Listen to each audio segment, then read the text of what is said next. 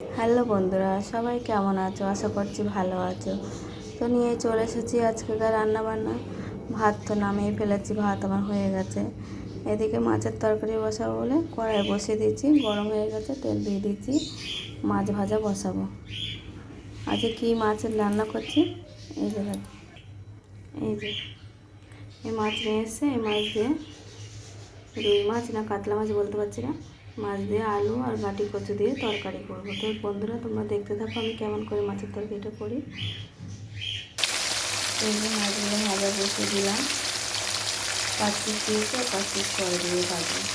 তো এই যে আমার মাছ ভাজা কমপ্লিট হয়ে গেল, তুলে নেবো। ভাজা হয়ে গেছে মাছ। তো এই যে তেজপাতা 5 ফোড়ন দিয়ে পেঁয়াজটা ভাজা দিয়ে দিয়েছি। এর মধ্যে আলু কচুটা দিয়ে দেবো, দিয়ে কষিয়ে নেবো। তো আলু কচু দিয়ে নুন দিয়ে এলাম একটু।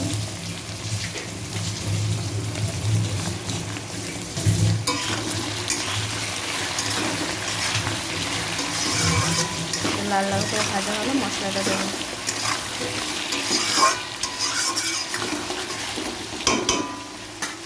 তো এই যে মশলা দিয়ে দিলাম, আদা জিরে বাটা আর হলুদও দিয়ে দিয়েছি।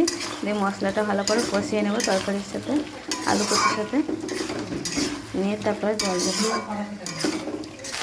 এদিকে তো অল্প করে পেঁয়াজ দিয়ে ভেন্ডি ভাজা করছি। কার পেঁয়াজ দিয়ে ভেন্ডি ভাজা খেতে ভালো লাগে কমেন্ট করে জানিয়ে। আমার এদিকে মশলাটা প্রায় কষা হয়ে গেছে, আর একটু কষি আছে।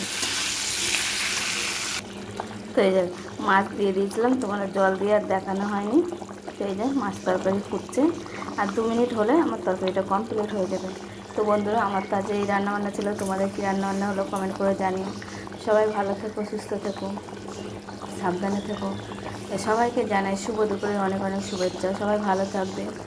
আর যার বলছি, যারা বেশি ফেসবুকে কাজ করতে এসছে তারা মন দিয়ে কাজ করো, দেখবে একদিন সফলতা ঠিক পাবেন। অনেকে হচ্ছে ফলো করে আনফলো করে দিচ্ছে, দিও না। ফলো করে আনফলো করো না, তোমাদের আইডিতেই প্রবলেম হবে, তখন তোমাদেরই গণ্ডগোলটা হবে, আমার কিছু হবে না।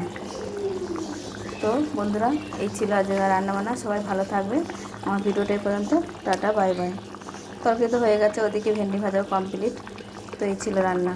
টাটা বন্ধুরা, কেমন হলো কমেন্ট করে জানিও। ভালো লাগলে একটা লাইক কমেন্ট শেয়ার করে দিও। তার ভিডিওটা বেশি বাড়াবো না। তো বন্ধুরা, রাখছি, টাটা।